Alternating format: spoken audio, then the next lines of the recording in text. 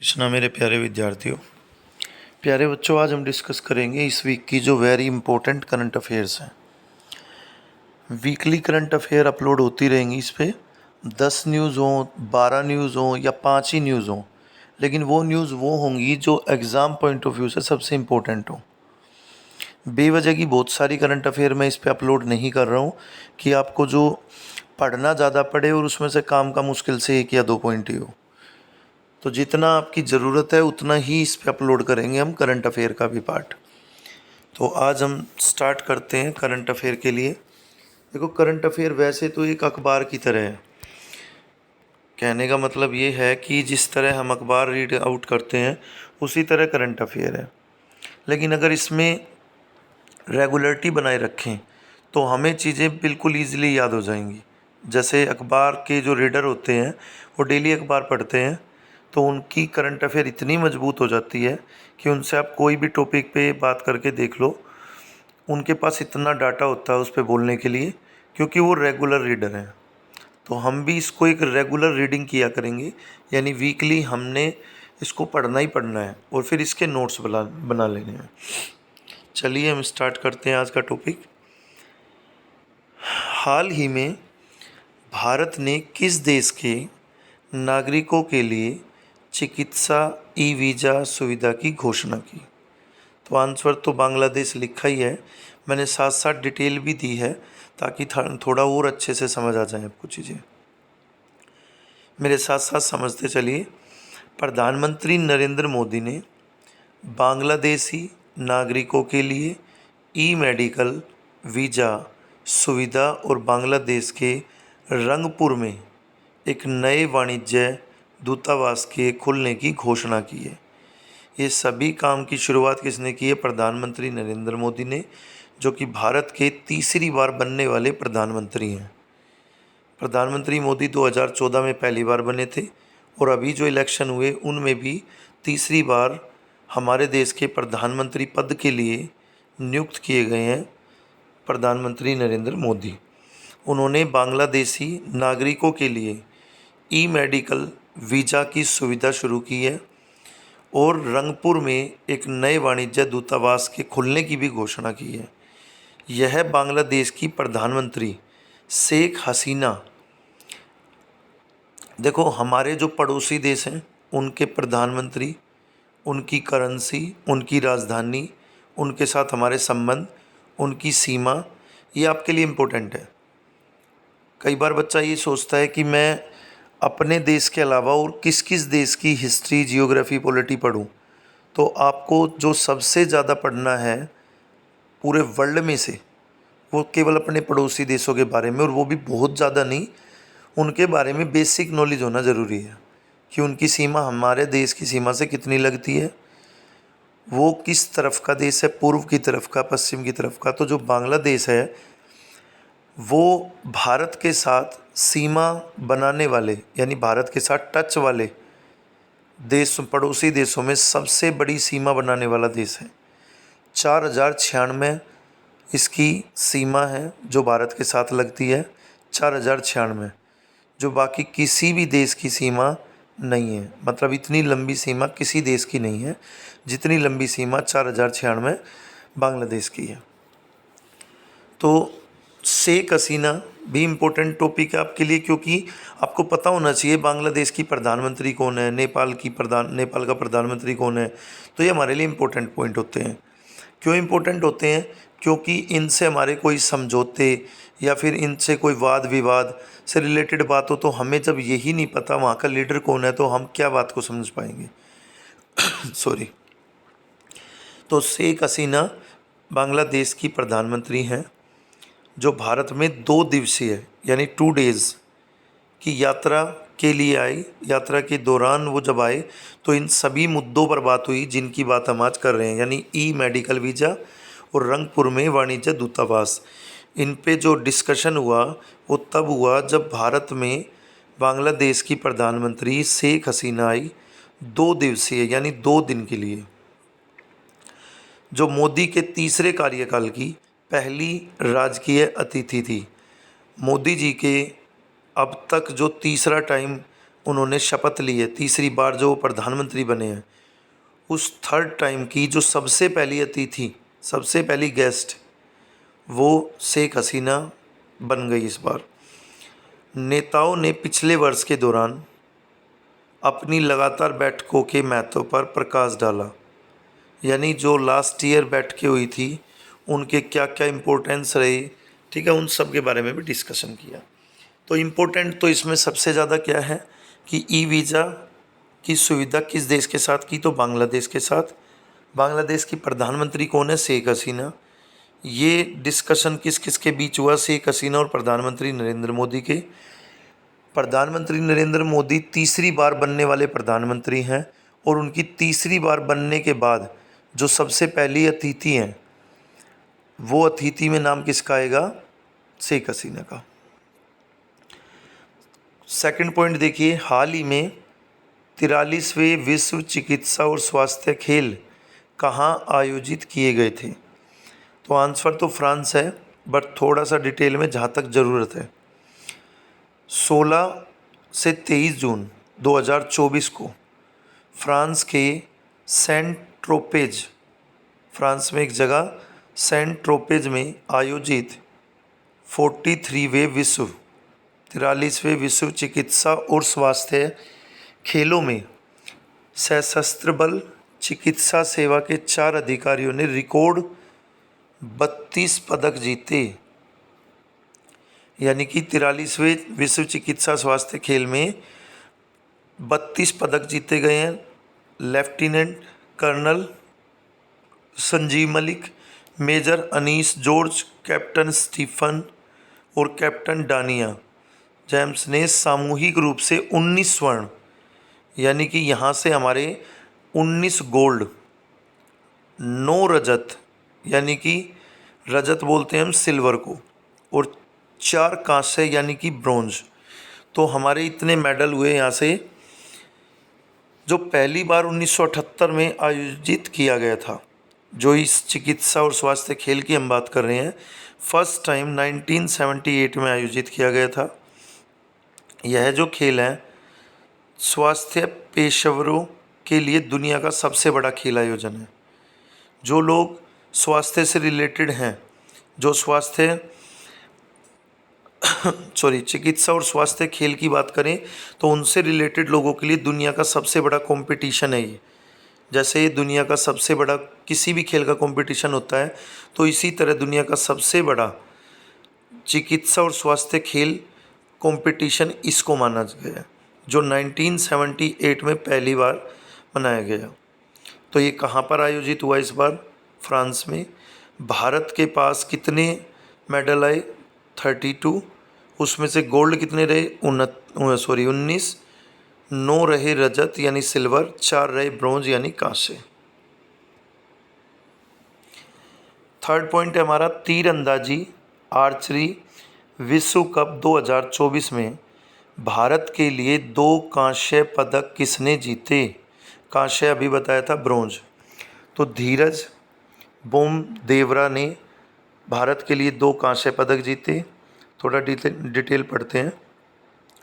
तुर्की के अंताल्या में आयोजित तीरंदाजी विश्व कप 2024 स्टेज 3 में 22 ईयर्स धीरज बोमदेवरा ने रिकवर संप्रदायों में 2 कांस्य पदक जीते।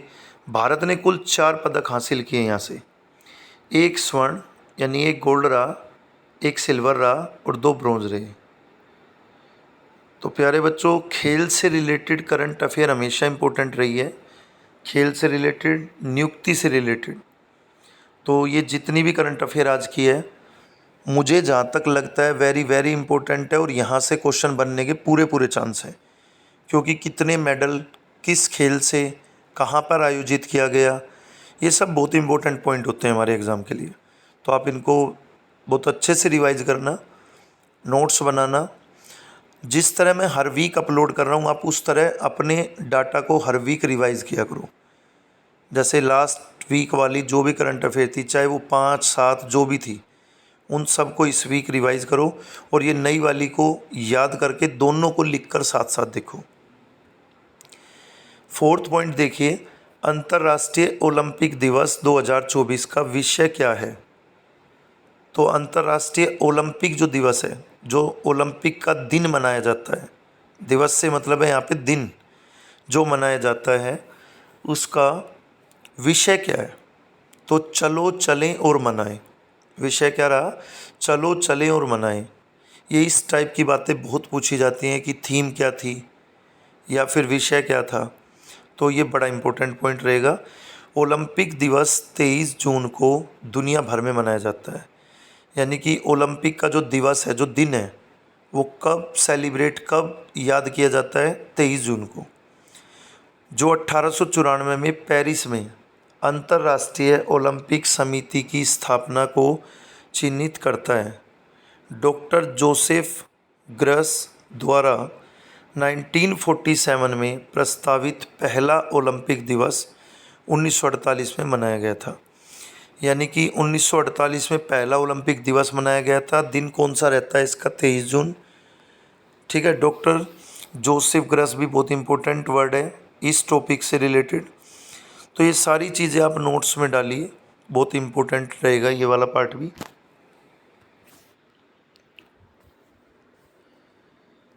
अंडर 17 एशियन रेसलिंग चैम्पियनशिप 2024 में भारत ने कितने पदक जीते? अंडर 17 एशियन रेसलिंग में, यानी कि कुश्ती में जो अंडर 70 थे, उसमें कितने पदक हमने जीते? तो देखिए, जॉर्डन में 22-24 जून को आयोजित, जॉर्डन में जो ये चैम्पियनशिप हुई वो 22 जून को हुई। इस आयोजित कंपटीशन में अंडर 17 एशियन रेसलिंग चैम्पियनशिप में 11 पदक, टोटल कितने पदक हासिल किए? 11। 4 तो गोल्ड रहे, 2 हमारे सिल्वर रहे, 5 हमारे कांस्य। उन्होंने पुरुषों और महिलाओं की फ्री स्टाइल और पुरुषों की ग्रीको रोमन श्रेणी में प्रति प्रारूप 10 वजन वर्गों में प्रतिस्पर्धा की। यह आयोजन चल रही U23 चैम्पियनशिप से पहले हुआ। देखो, इम्पोर्टेंट जो इसमें सबसे ज़्यादा है वो क्या है कि अंडर 17 एशियन रेसलिंग कहाँ हुई, सबसे पहली बात। दूसरा, कितने हमारे मेडल आए, उस मेडल में से गोल्ड कितने रहे। इस तरह का क्वेश्चन अक्सर आप एग्ज़ाम में देखना पूछा जाता है। जब भी कोई खेल कहीं पे खेला जाता है, कहीं पे आयोजित होता है, तो जितने भी हमारे मेडल आए उसमें पूछा जाता है इस बार इस खेल में या इस चैम्पियनशिप में भारत ने गोल्ड मेडल कितने प्राप्त किए या हासिल किए, या सिल्वर की कितनी संख्या रही। तो ये बहुत इंपॉर्टेंट है कि आपको ये याद रखना है कि 11 पदक थे, 32 पदक थे, गोल्ड कितने थे, सिल्वर कितने थे, ये सब इम्पोर्टेंट है। किस मंत्रालय ने हाल ही में राष्ट्रीय स्टॉप डायरिया अभियान 2024 शुरू किया? स्वास्थ्य और परिवार कल्याण मंत्रालय ने। इसका अगर एक ही लाइन में बात करें हम, तो आंसर क्या है? स्वास्थ्य और परिवार कल्याण मंत्रालय ने। लेकिन थोड़ा डिटेल में जाने की ज़रूरत इसलिए क्योंकि कुछ बच्चों को ये समझ नहीं आया होगा कि स्टॉप डायरिया क्या चीज़ है। तो देखिए, जो केंद्रीय स्वास्थ्य और परिवार कल्याण मंत्री हमारे, वो JP नड्डा जी हैं। उन्होंने राष्ट्रीय स्टॉप डायरिया अभियान 2024 की शुरुआत की है, जिसका उद्देश्य है, जिसका जो टारगेट है, लक्ष्य है, वो डायरिया से बच्चों की मृत्यु को बचाना है, यानी शून्य करना है कि डायरिया की बीमारी से हमारे देश में कोई भी बच्चा ना मरे। 2 महीने के इस अभियान में 5 वर्ष से कम उम्र के बच्चों को 2 महीने तक ये अभियान चलेगा। इसमें 5 वर्ष से कम उम्र के बच्चों के लिए ORS के पैकेट और जिंक वितरित किए जाएंगे। इस अभियान में राष्ट्रीय जल जीवन मिशन और स्वच्छ भारत अभियान जैसी पहलों ने बचपन में डायरिया से होने वाली मौतों को कम किया है। देखो, कोई भी गवर्नमेंट हमेशा कोशिश करती है कि वो किसी बीमारी को जड़ से ख़त्म करे। जैसे आपको पता हो तो बहुत पुराने टाइम में हैजा, ठीक है, प्लेग, इस तरह की बहुत सारी बीमारियां चली हैं। लेकिन उन बीमारियों को भी ख़त्म करने के लिए सरकार ने टाइम टू टाइम कुछ ना कुछ कदम उठाए हैं, जिससे कि उस बीमारी में कुछ कमी आ जाए। अगर वो शून्य भी नहीं हो पा रही है तो बहुत कम उसकी मात्रा हो जाए। तो जो डायरिया की बीमारी से बच्चे मर जाते हैं, उनको बचाने के लिए कुछ चीज़ों का वितरण किया जा रहा है, बट बांटी जा रही हैं, जैसे कि ORS। तो ये पहल की है JP नड्डा जी ने, जो कि हमारे भारत में केंद्रीय स्वास्थ्य और परिवार कल्याण मंत्री की पद पर है। किस राज्य केंद्र शासित प्रदेश ने हाल ही में हैमिस महोत्सव 2024 का आयोजन किया? हैमिस महोत्सव 2024 याद रखना, बड़ा इम्पोर्टेंट है। तो लद्दाख ने किया है। अब इसकी डिटेल पढ़ो, इसलिए इम्पोर्टेंट लगेगा आपको। तिब्बती बौद्ध धर्म का उत्सव मनाने वाला हैमिस महोत्सव सालाना, यानी तिब्बती बौद्ध धर्म का उत्सव मनाने वाला हैमिस महोत्सव सालाना यानी हर वर्ष लद्दाख भारत में होता है। तो भारत के लद्दाख में ये मनाया जाता है, जिसे हम तिब्बती बौद्ध धर्म का उत्सव मानते हैं। 2024 में यह 16 और 17 जून को मनाया गया। हैमिस तसेचू के नाम से जाना जाने वाला यह उत्सव गुरु पदम संभव की जन्म वर्षगांठ मनाता है। 2 दिवसीय कार्यक्रम लद्दाख के सबसे बड़े बौद्ध मठ, ये 2 दिन का फंक्शन, 2 दिन का प्रोग्राम होता है।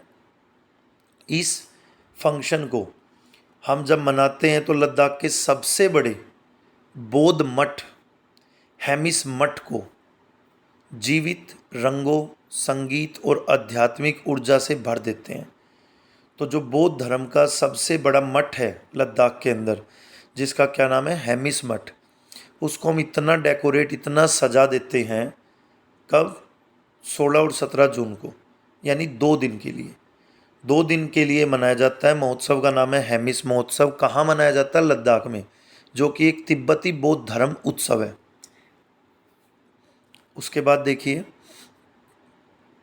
जिससे यह एक महत्वपूर्ण सांस्कृतिक उत्सव बन जाता है, यानी कि बहुत ही महत्वपूर्ण सांस्कृतिक उत्सव लगता है या बन जाता है, क्योंकि हम अपने लद्दाख के अंदर जो हैमिस नाम का मठ है, जो कि बौद्ध धर्म का सबसे बड़ा मठ है, उसको इस तरह डेकोरेट कर देते हैं कि सभी बौद्धियों को ये लगता है, या सभी वहाँ रहने वाले लोगों को लगता है कि ये भी एक बहुत बड़ा उत्सव है। जिस तरह हमारे देश में दीपावली मनाई जाती है, इस तरह बौद्धि लोगों के लिए एक हैमिस महोत्सव बहुत बड़ा उत्सव होता है। हाल ही में फिनलैंड में पावो नुर्मी खेलों में किसने स्वर्ण पदक जीता? फिनलैंड के बारे में आपको पता होना चाहिए। फिनलैंड 2 चीज़ों के लिए बड़ा फेमस है। फिनलैंड दुनिया में सबसे ज़्यादा झीलों वाला देश है। सबसे ज़्यादा झील फिनलैंड में पाई जाती हैं। दूसरा, फिनलैंड खुशहाली की रिपोर्ट में, यानी सबसे ज़्यादा हैप्पी रहने वाले लोगों की रिपोर्ट में भी नंबर 1 पे है। और ऐसा ये पिछले कई वर्षों से करता आ रहा है, यानी कि पिछले कई वर्षों से नंबर 1 पर फिनलैंड रहा है हैप्पीनेस के मामले में। सॉरी जी। तो नीरज चोपड़ा का नाम आया यहाँ भी, जो कि भारत की एक शान है, जो कि भारत का एक शेर है, जिसने हर वर्ष इतनी मेहनत की है। अब देखो, स्पोर्ट्स में इंजरी होना आपको पता है एक बहुत ही कॉमन बात है। इंजरी के दौरान भी अपनी प्रैक्टिस को ना छोड़ना, अपने टारगेट पे बिल्कुल जमे रहना, ये अगर कोई सीखे तो नीरज चोपड़ा से सीखे। मतलब आज की डेट में भारत का हीरो कह सकते हो आप। जो आज की सेलिब्रिटीज़ हैं, उनको हीरो नहीं मानना हमें। जो असली हीरो हैं हमारे, वो हैं हमारे स्पोर्ट्स पर्सन, जिन्होंने अपनी पूरी एक एक मिनट को, एक अपने पूरे हर वक्त को इसमें झोंक दिया है, क्योंकि भारत के लिए उन्हें अवार्ड्स लाने हैं, भारत की शान को बढ़ाना है, विश्व में भारत के तिरंगे को सबसे ऊपर ले जाना है। तो उनमें से एक शख्सियत का नाम है, शख्स नहीं कहेंगे हम, इनको शख्सियत कहेंगे, क्योंकि शख्स का नाम छोटा होता है, शख्सियत बहुत बड़ी चीज़ होती है।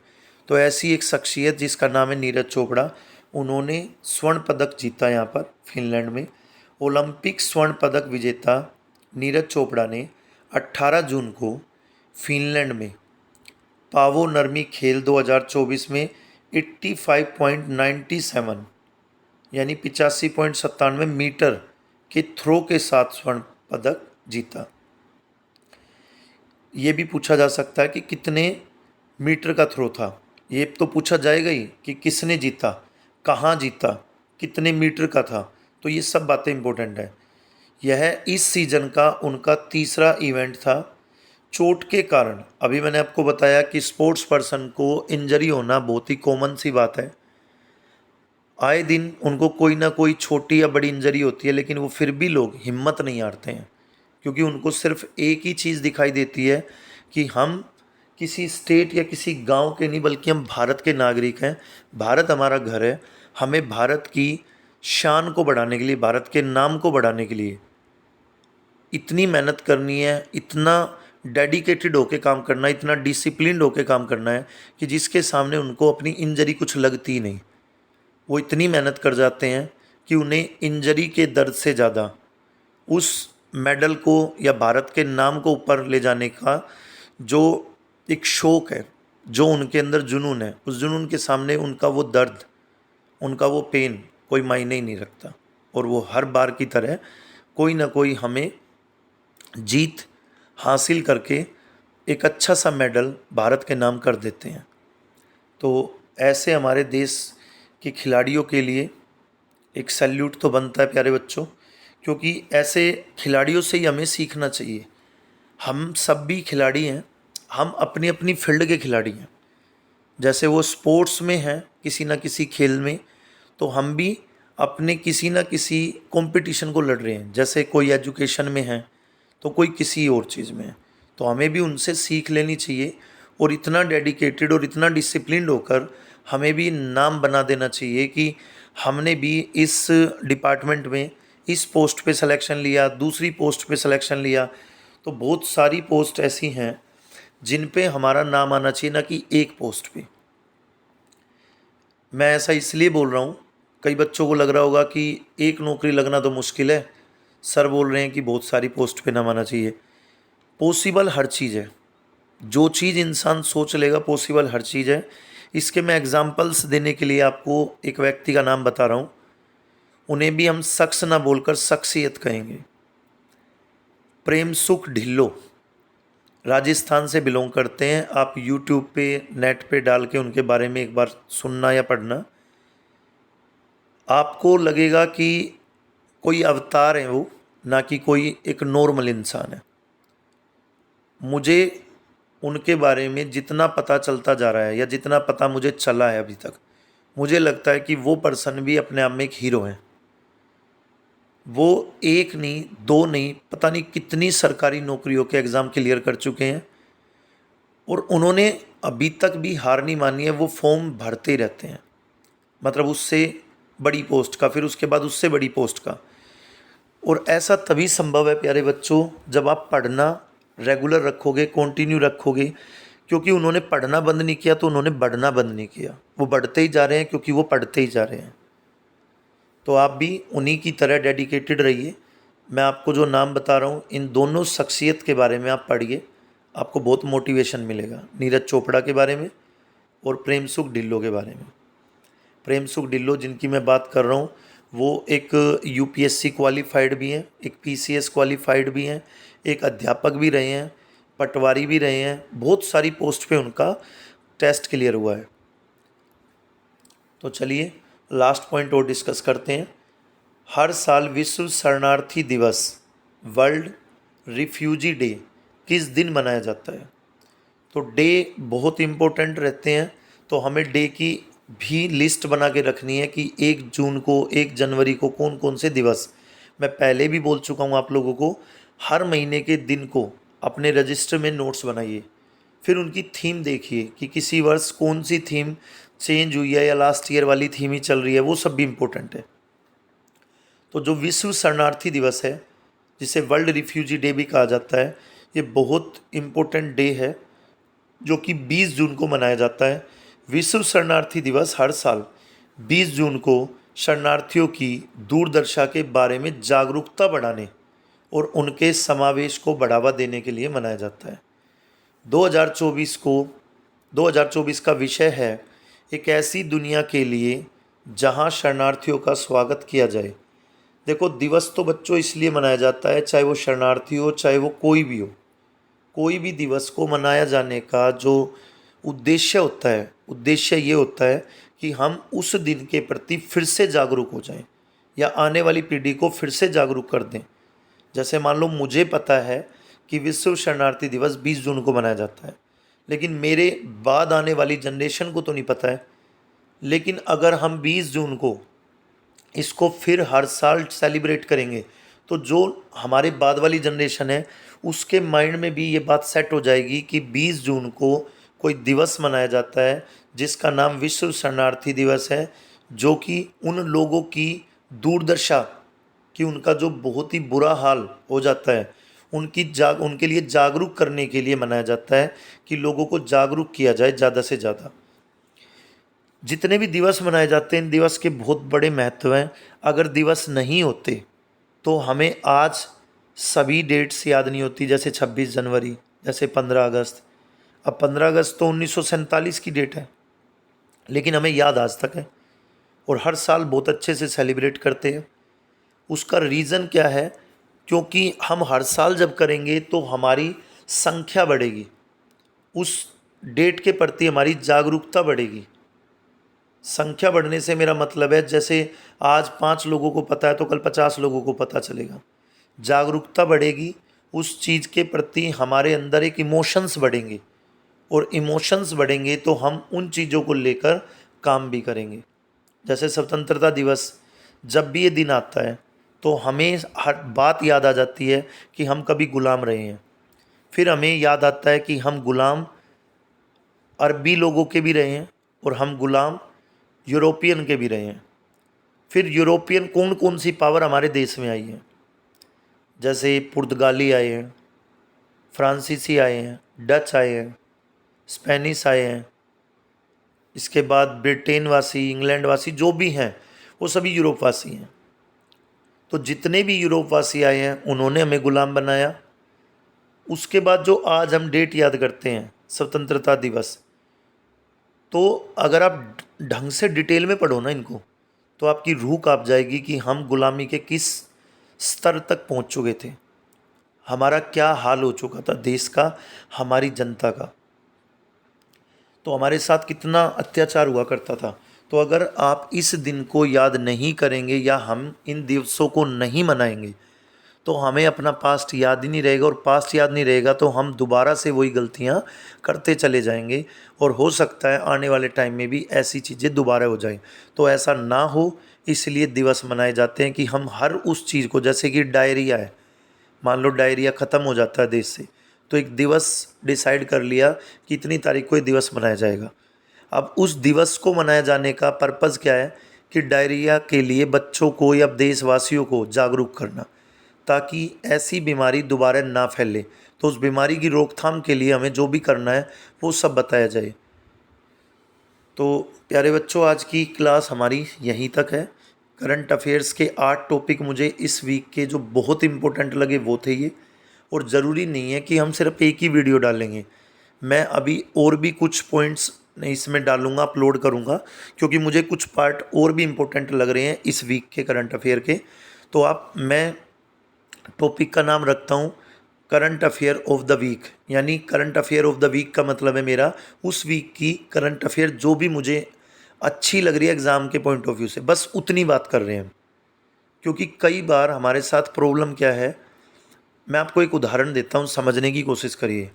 जैसे मैंने कहा, प्रेम सुख ढिल्लो जी जो हैं उन्होंने बहुत सारे टेस्ट क्लियर किए। हर कोई प्रेम सुख ढिल्लो बनना चाहता है, हर कोई नीरज चोपड़ा बनना चाहता है, चाहते सब हैं, लेकिन उसके लिए सही रास्ता क्या है ये पता किसी को नहीं है।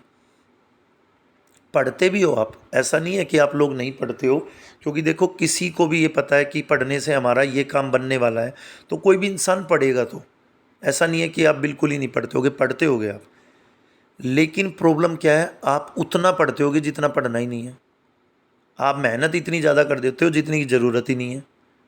और जो ये लोग हैं जो टॉपर्स हैं, जिनके बहुत सारे सिलेक्शन हुए हैं, जिनके एक से ज़्यादा सिलेक्शन हुए हैं, वो सभी विद्यार्थी, चाहे प्रेम सुख ढिल्लो जी की मैं बात करूं या ऐसे बहुत सारे भारत में हमारे में टॉपर्स बच्चे रहे हैं, उनकी स्ट्रेटजी बहुत ही अजीब और गरीब होती है। यानी उनके पढ़ने का तरीका अलग है। एक तो उन्हें अलार्म नहीं भरना होता, उन्हें अपने टारगेट के प्रति कोई अलार्म नहीं भरना कि मैं 4 बजे उठूँगा, 3 बजे उठूँगा और फिर पढ़ूँगा। उनको अपने ड्रीम इतने प्यारे हैं, उनको अपने ड्रीम से ज़्यादा कुछ दिखता ही नहीं। इसी वजह से अलार्म की ज़रूरत नहीं है। वो रात को सोच के सोते हैं कि हम 3 बजे उठ के पढ़ेंगे, इस टारगेट को 3 बजे से स्टार्ट करेंगे। कोई भी टारगेट सेट करते हैं रात को और उसको पूरा करेंगे 3 बजे से। आप नोटिस करना मेरी इस बात को, तुम में से जो भी बच्चा डेडिकेटेड होगा ना, जिस बच्चे के अंदर कुछ करने की लगन की कोई सीमा ही नहीं बची है, चरम सीमा पे जा चुकी बात, उसकी आंखें खुद खुलेंगी। अलार्म कुछ नहीं करेगा, उसकी आंखें खुद खुलेंगी। तो ये वो लोग हैं जो अपने सपनों के लिए बिल्कुल डूब चुके हैं उन सपनों में, उनके अलावा इनको कुछ दिखता ही नहीं है। और बहुत से बच्चों को सपने के अलावा सब कुछ दिखता है, उन्हें अपने इस टारगेट के अलावा सब कुछ दिखाई देता है, बस टारगेट दिखाई नहीं देता। तो रिजल्ट आपके सामने है, आपका रिजल्ट कैसा आता है, और जिनको सिर्फ सपना ही दिखता, बाकी कुछ दिखता ही नहीं है, उनका कैसा रिजल्ट है वो भी आपके सामने है। उन लोगों को पेन भी नहीं दिखता, उनको फीवर है, सर दर्द है, जो भी है, वो तब भी लगे रहेंगे अपने टारगेट के पीछे, पागलों की तरह लगे रहेंगे। और उनका ये पागलपन एक दिन उन्हें वो रिजल्ट देता है जो कि उन्हें आम से खास बना देता है। तो चलिए प्यारे बच्चों, आज के लिए इतना ही काफ़ी है। हरे कृष्णा अगेन।